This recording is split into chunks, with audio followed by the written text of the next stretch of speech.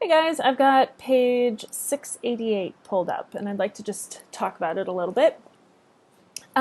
Let's start with number 3 because I think that the first thing we need to think about is answering these questions completely.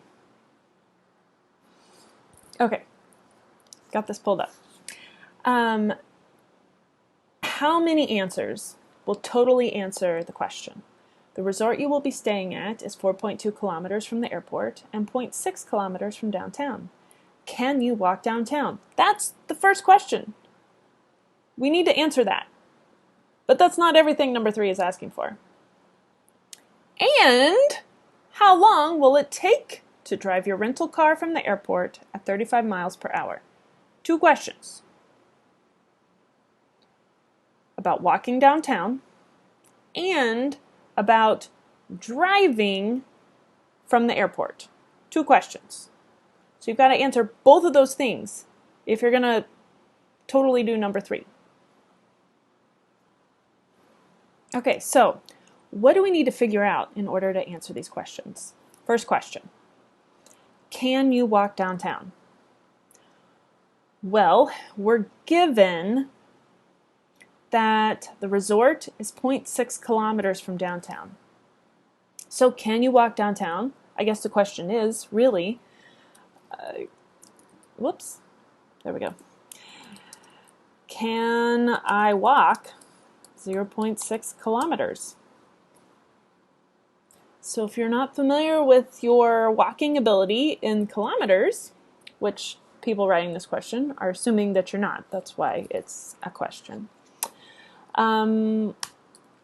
Probably, like the audience this is written for, is more familiar with miles, and you're probably, maybe, more familiar with miles. So, our question then is 0.6 kilometers equals how many miles?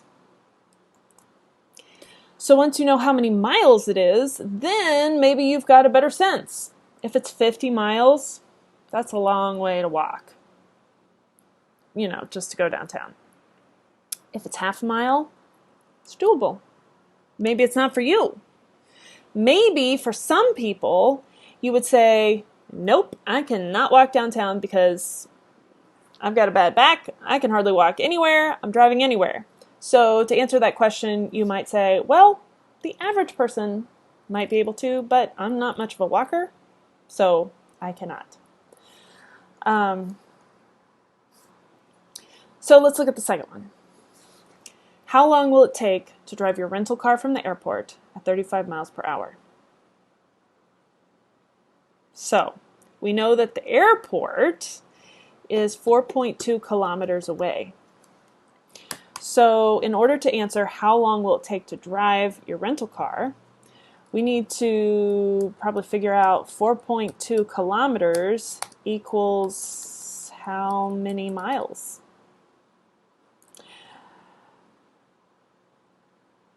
And that's just the beginning, right? Because then we need to know, okay, that many miles translates into how many hours? Because we're asked for a time.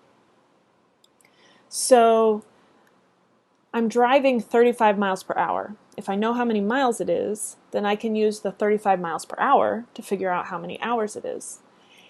And probably it's not going to be something like 72 hours. If it was really long, then an answer in hours would be appropriate. But if it's like half an hour, well, that's a reasonable answer. But if it's like an eighth of an hour, that's not really a meaningful answer.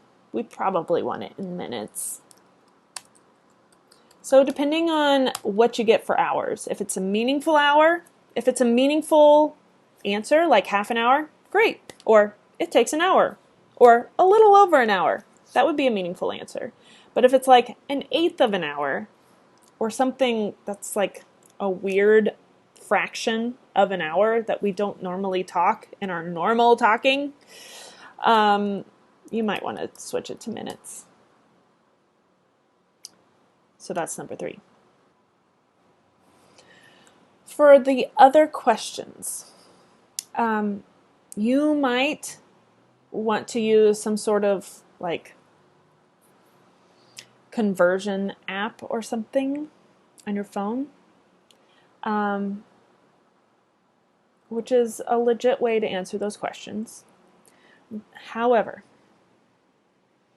if you are taking this class, if you're taking the test in our in-class setting, you're not going to be able to use your phone. But you will have some pages of facts available. Like, where is that? Let's see. So I'm in the assignments due, this next section. And here we go. Additional helpful formulas for section 8.1.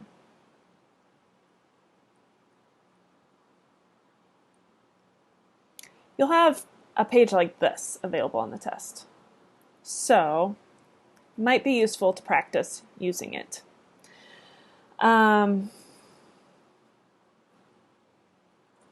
Let's go back to page 688. Okay, so number 1. You're supposed to go, you're given the temperature in Celsius. So either you're just supposed to get really familiar with Celsius and how hot or cold 24 degrees and 32 degrees are, or convert that to Fahrenheit, which maybe you have a better sense of how hot or cold that is and how that would inform your packing. When you're answering this,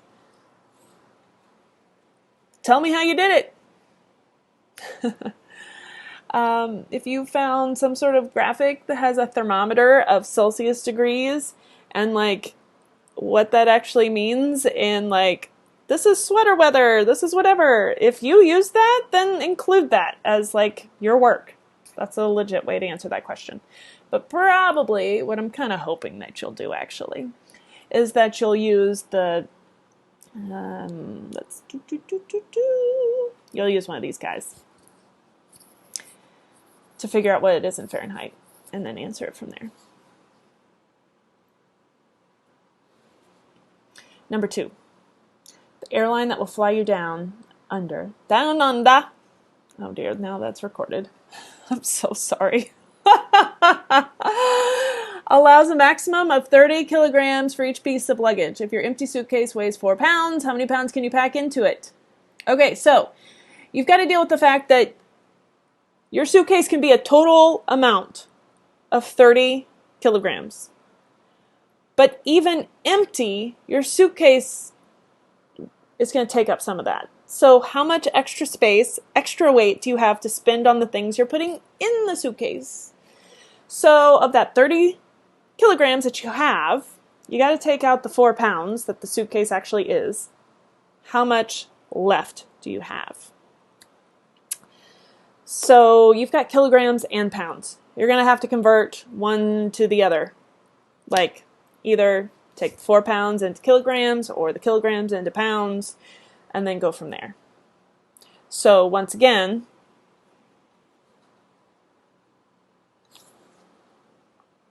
you might want to use some of these formulas.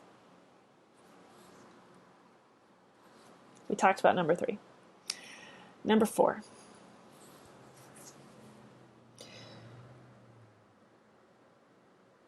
We need to figure up how much it will cost to refill a 16-gallon tank. Now, they're giving you the price in US dollars. Number 5, you're converting between Australian and US dollars. Number 5 is an example where they're giving you some fact, kind of like number 3, where you're driving at this many miles per hour. So within the problem is a fact you're going to use to help you to use as a conversion factor. Number 5 is the same. They're telling you what the connection is between Australian dollar to US dollar. And you're having to convert money. You're not going to use the chart with the formulas to find Australian to US. It's given in the problem. But number 4, we need to get we're already in US dollars. We don't have to worry about Australian money on number 4. We just need to figure out what is the step between liters and gallons, and then turn that into how much will that cost. So you'll have a conversion factor that goes between gallons and liters. You've got to have something that cancels out one of those. And then you'll also need to use this fact that 1.43 per liter is how much it costs. Your final answer will be in money. This reading a problem and figuring out what in the world are we even trying to answer? And did I answer everything? And there's multiple steps to get there. That's the kind of thinking that is the goal of this class. Quantitative reasoning. We're thinking, we're talking, we're reasoning, we're reading and understanding things that have to do with quantities. So this assignment is right in that sweet spot of our goal for this course. So dive in. Good luck. You got it.